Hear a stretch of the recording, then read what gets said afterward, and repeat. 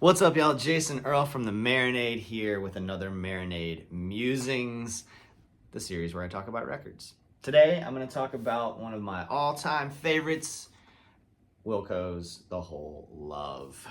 If you ask me what my favorite Wilco record is, you'll get a different answer just about every time. It's one of the bands that I can't really put my finger on which one is my favorite, which era of the band is my favorite. Of course, I love Yankee Hotel Foxtrot. I'm a big fan of some of their recent work as well. I could go on and on and on. A Ghost is Born is often the answer that I give just because of the time that it came out and how I was feeling about my life and the world. This one surprised me as I went back to look at it. Came out in 2011, The Whole Love did. It seems like it was earlier than that. When I think back to 2011, I think about me being in my early 30s, kind of really starting to become an adult. I talked about this on an earlier installment of Marinade Musings. There was something about 30 that finally forced me to grow up a little bit and start to settle into my career as an educator, start to think about what I wanted the rest of my life to look like, putting in the work every day to be the kind of man that I wanted to be.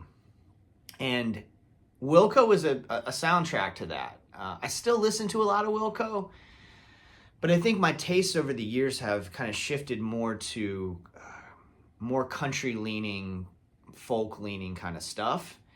At the time, I was really heavy into indie rock. I was listening to a lot of the Black Keys. I was listening to a lot of Wilco, Doves, bands like that.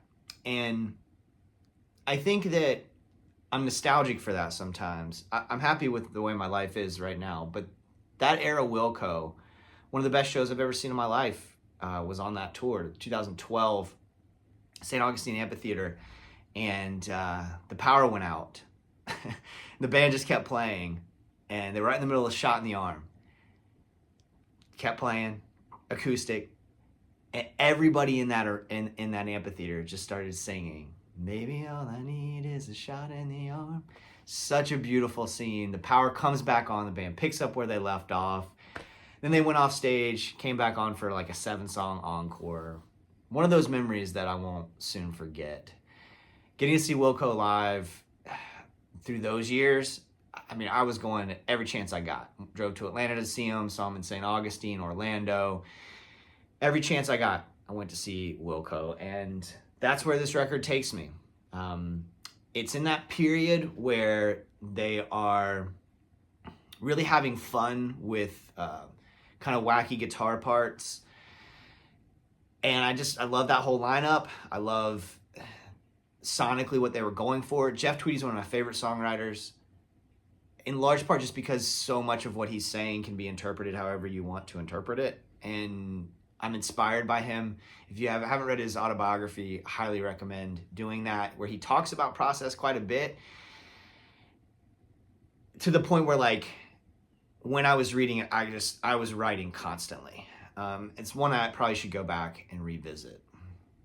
So that's why I chose The Whole Love today. I was just kind of feeling nostalgic. This is one of my all-time favorite records.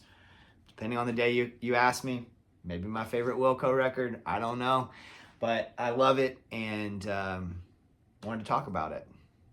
Y'all, thank you so much for watching. Go watch our other Marinade Musings. Make sure that you subscribe and like. Make sure that you subscribe to the Marinade with Jason Earl on your podcast app. Follow us on all the socials at Marinade Podcast. And until next time, go out and create something. Cheers, y'all.